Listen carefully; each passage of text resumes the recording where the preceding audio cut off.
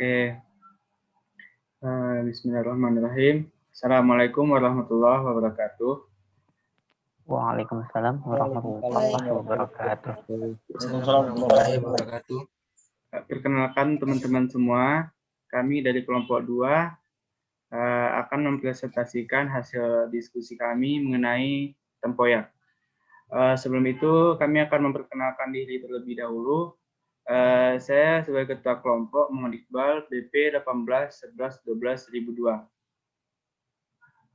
Silakan yang lainnya berurutan aja. Perkenalkan, nama saya Juli Marni sebagai Sekretaris Kelompok, nomor BP 18 111 21020. Baik, bismillah. Perkenalkan, nama saya Ahmad Zulfikar Fauzi, nomor BP 18 11 12 20 29. Di sini bertindak sebagai anggota. Baik, saya Alif Oktaviandra, nomor BP 18 THP 2054. Saya sebagai anggota. Baik, saya Windy Aris Pratiwi, BP 18 11 12 20 12 sebagai anggota.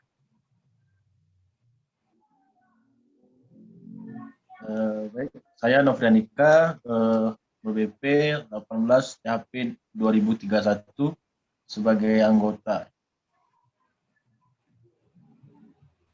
Baik, saya Putra Kurniawan, BP 16 11 12 1007 sebagai anggota.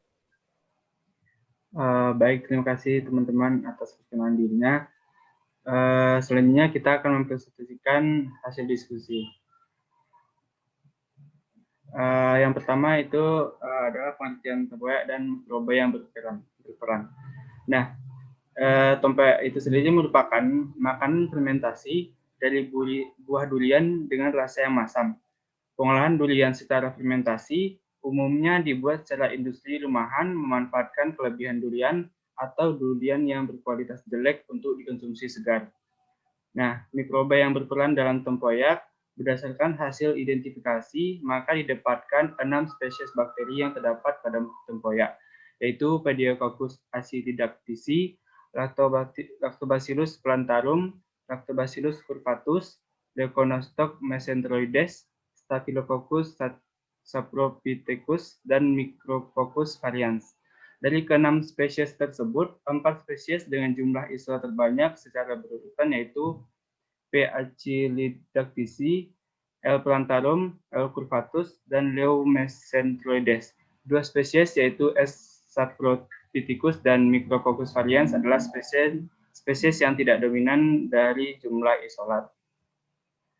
Nah, berikutnya adalah umur simpan tempoyak. Tempoyak biasanya memiliki umur simpan yang tidak terlalu lama. Namun, tempoyak pasteurisasi dengan kemasan PET dan teknik modified atmosphere memiliki umur simpan lebih panjang, yaitu 84 hari dibandingkan tempoyak non-pasteurisasi dalam kemasan PET dengan teknik kemasan non-MAP yang biasanya bertahan 14 hingga 56 hari. Ada beberapa penelitian menyatakan bahwa jumlah mikroba sambal tempoyak yang disimpan pada suhu kamar lebih rendah dari sambal tempoyak yang disimpan dalam suhu lemari es dan usia penyimpanan produk sampai hari ke-21 setelah pengolahan. Berikutnya, perubahan kandungan gizi tempoyak dibandingkan durian. Menurut Wirawati, bahwa fermentasi asam laktat pada prinsipnya dapat meningkatkan kandungan asam amino esensial.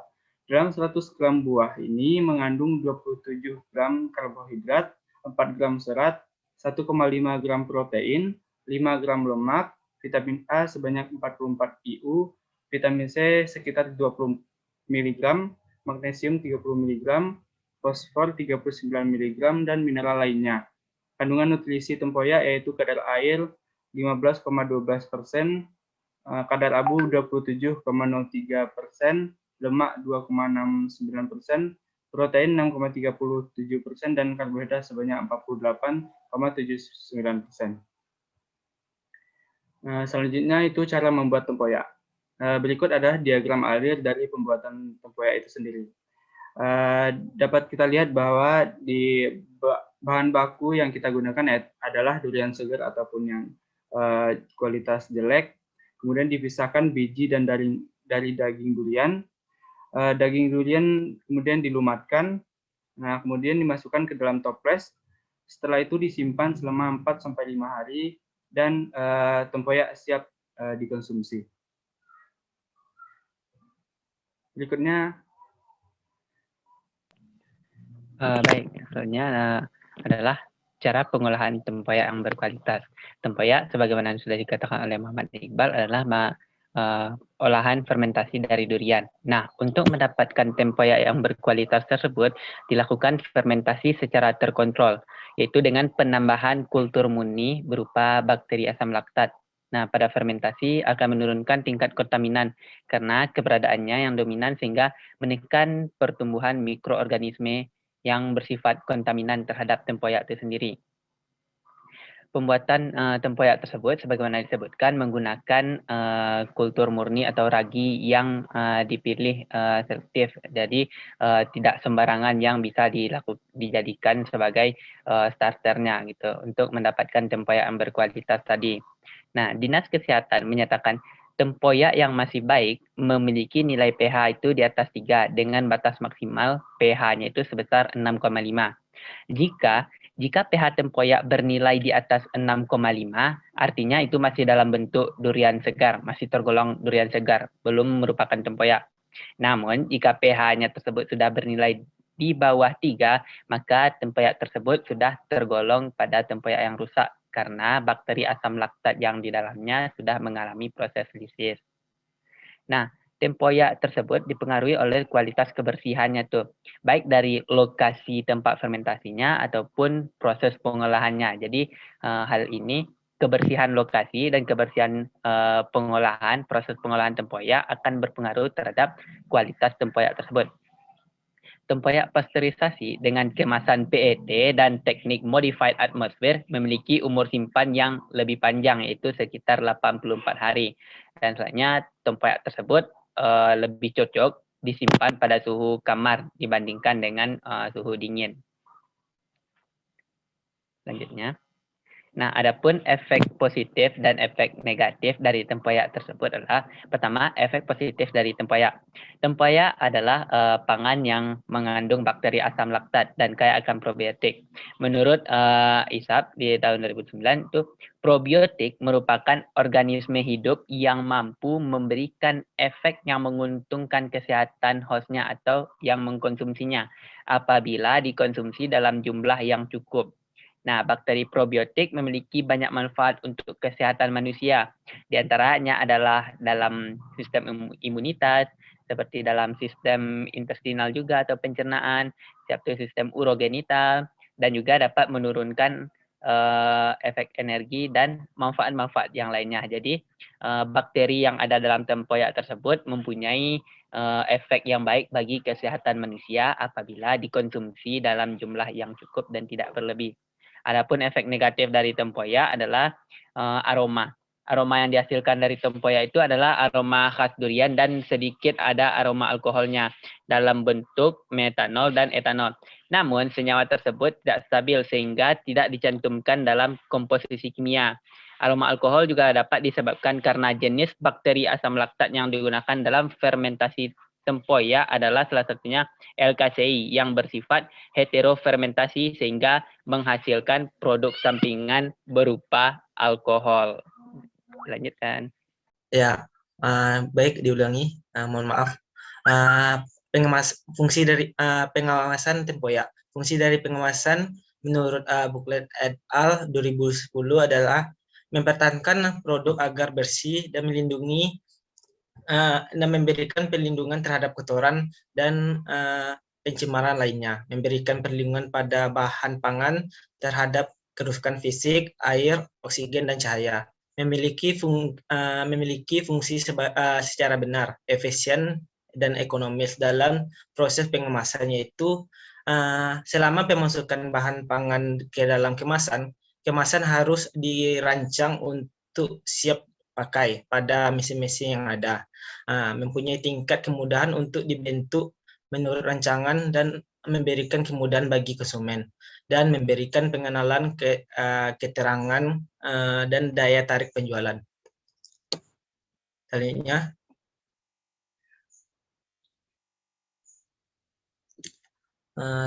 tempoyak yang dikemas dengan pengemasan vakum atau tanpa oksigen dan MAP inoral fakulti memperoleh total asam laktat lebih tinggi. Asam laktat adalah metabolit utama dari fermentasi bal yang dihasilkan oleh oksidasi pirufat dan memproduksi asam untuk regenerasi Na+, NAD+ dari NADH yang dibentuk selama tahap glikolisis. Tahap glikolisis, sel tidak memerlukan oksigen untuk pertumbuhan sehingga asam laktat dapat terjadi secara optimal. Lebih lanjut, jumlah asam laktat yang tinggi dapat jadi racun bagi pertumbuhan bakteri yang menyebabkan produk cepat mengalami kebusukan. Hal ini sejalan dengan pernyataan Juliana 2005 bahwa tempoyak yang baik memiliki kadar asam laktat yang masih berada dalam konsentrasi yang tinggi. Golongan pangan berasam tinggi dapat diperpanjang umur simpan suatu produk. Contohnya tempoyak tadi. Baik, selanjutnya pengemasan tempoyak. Pengemasan tempoyak di sini ada dua, dengan pengemasan dengan plastik itu bisa dengan teknik vakum dan juga MAP. Yang kedua ada pengemasan di dalam botol kaca.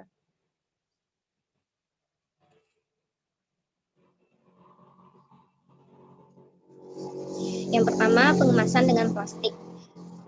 Ini pengemasan dengan vakum. Ini salah satunya dengan pengeluaran udara dari kemasan sehingga tidak ada udara dalam kemasan yang dapat menyebabkan tempoyak menjadi rusak. Mekanismenya, kemasan yang telah terisi tempoyak dikosongkan udaranya dan ditutup dan direkatkan. Dengan tidak ada udara di dalam kemasan, maka kerusakan akibat oksidasi dapat dihilangkan sehingga umur simpan tempoyak akan bertahan lebih lama. Plastik yang digunakan dalam pengemasan vakum adalah poliamid. Ketersediaan konsentrasi oksigen di dalam kemasan vakum lebih rendah daripada perlakuan lainnya, yang mengakibatkan pertumbuhan mikroba menjadi lebih lambat. Jadi kan di dalam pengemasan vakum ini tidak ada udara, sehingga pertumbuhan mikroba itu dapat lebih lambat. Gitu. Selanjutnya, bakteri asam laktat merupakan bakteri anaerob fakultatif yang artinya dapat bertahan hidup dengan baik jika ada sedikit oksigen. Jadi bakteri asam laktat ini kan dibutuhkan dalam pembuatan tempoyak, sehingga pada waktu pengemasan vakum dia juga akan tetap bertahan hidup seperti itu.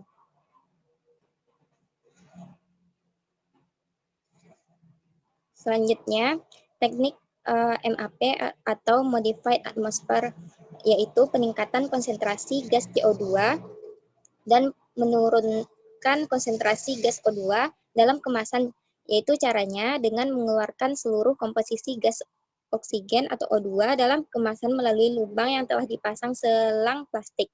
Kemudian diinjeksi gas CO2 dan O2 dengan memompa nozzle selama 30 detik melalui lubang pada tutup kemasan yang dihubungkan dengan selang plastik. Kemudian di ujung ditutup rapat dengan penjepit plastik yang digunakan, yaitu PET. Ini ada gambarnya. Pengisian gas O2 dan CO2 ke dalam kemasan plastik PET.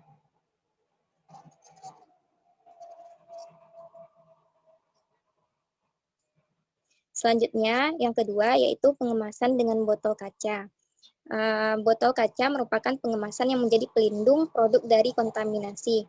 Botol kaca pada tempoyak dengan tutup berulir atau screw cap dengan bahan luarnya logam dan bahan di dalamnya gabus.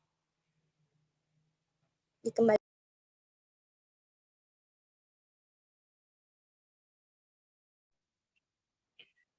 Kemudian yaitu ada produk pengembangan tempoyak. Yang pertama itu dengan penambahan cabai pada tempoyak.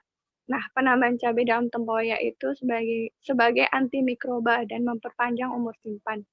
Menurut penelitian Sylvia tahun 1996, ekstrak etanol dari ketiga cabai, yaitu cabai besar, cabai keriting, dan cabai rawit yang diuji menunjukkan aktivitas penghambatan pertumbuhan terbesar terhadap Staphylococcus aureus, Bacillus subtilis, Sarcina lutea, dan Escherichia coli, serta terhadap fungsi Candida albicans. Cabai sebagai penambahan rasa pedas selain manis, asam, dan gurih pada tempoyak yang dihasilkan. Kemudian yang kedua yaitu ada sambal cabai hijau tempoyak. Bisa dilihat umur simpan sambal hijau tempoyak hingga 2 minggu disebabkan karena penggunaan rempah-rempah alami yaitu bawang putih, bawang merah, dan cabai merah atau cabai hijau yang memiliki kemampuan antibakteri dalam menghambat pertumbuhan jumlah bakteri. Hal ini didukung oleh penelitian Wiryawan dan kawan-kawan tahun 2005 bahwa bawang putih dapat menghambat pertumbuhan bakteri patogen Salmonella typhimurium, serta penelitian Lingga dan Rustama pada tahun 2005 bahwa ekstra bawang putih yang dilarutkan dalam air bersifat antibakteri terhadap bakteri gram positif maupun bakteri gram negatif. Penambahan cabai hijau dalam tempoyak dapat sebagai yang pertama itu penambahan dari cabai itu sendiri, yang pertama untuk inovasi baru ya terhadap produk yang sudah ada, karena ini merupakan suatu ide yang untuk menambah sebuah inovasi ke depannya. Terus yang kedua, menurut D-Media tahun 2008, cabai hijau memberikan aroma dan rasa yang khas di dalam sambal dan sering dikukus terlebih dahulu untuk mengurangi aroma dan rasa yang langu. Karena cabai hijau rasanya juga tidak sepedas cabai merah. Terus penambahan cabai dalam tempoyak adalah untuk menambah cita rasa pedas, aroma yang khas, dan penambah warna pada tempoyak. Selain itu juga dapat memperpanjang umur simpan pada tempoyak. Adapun tingkat kesukaan tempoyak yang menggunakan cabai merah dan hijau, penggunaan cabai hijau lah yang sangat diminati karena pada cabai hijau terdapat aroma dan rasa yang khas sehingga maksudnya yang paling diminati itu adalah cabai merah, sedangkan cabai hijau kurang diminati karena aroma yang keluar dari cabai hijau tersebut kurang diminati pada masyarakat dan juga rasanya tidak sepedas cabai merah. Dikembalikan. Baik, untuk selanjutnya itu sambal merah tempoyak. Sambal tempoyak itu tempoyak yang diberi cabai merah. Menurut Furia pada tahun 1968, cabai merah mengandung oleoresin yang menimbulkan rasa pedas, warna merah, dan cita rasa yang khas. Sambal tempoyak dibuat dengan durian dengan kualitas yang baik. Penambahan garam, cabai merah, kemudian diaduk rata dan disimpan selama 3-5 hari. Untuk selanjutnya yaitu gulai tempoyak ikan patin. Gulai tempoyak ikan patin dibuat dengan bahan utama yaitu ikan patin, kemudian 3 sen tempoyak, dan tentunya juga dengan santan. Dan selanjutnya yaitu asam pedas tempoyak. Asam pedas adalah makanan yang memiliki rasa asam dan pedas dan juga aroma tempoyak. Bahan utamanya yaitu kunyit, serai, jahe, dan juga lengkuas. Untuk penambahan kekayaan bumbu pada masakan, untuk menciptakan rasa menarik pada masakan, maka tempoyak tadi tambahkan agar aroma dari masakan lebih harum. Dan untuk selanjutnya yaitu tempoyak durian pancake. Tempoyak durian pancake adalah kue dadar yang terbuat dari tepung terigu, tepung kanji, telur, gula, dan susu dan tempoyak durian.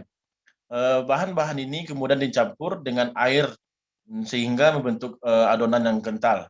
Kemudian adonan tersebut digoreng di atas teflon ataupun pan yang sudah diolesi minyak terlebih dahulu. Dikembalikan. Baik, terima kasih atas presentasinya teman-teman semuanya. Demikianlah presentasi dari kelompok kami mengenai tempoyak. Apabila banyak salah, kami mohon maaf. Kami tutup dengan wabillahi taufiq wal hidayah. Assalamualaikum warahmatullahi wabarakatuh. Waalaikumsalam warahmatullahi wabarakatuh. Ya. Terima kasih semua. Hmm.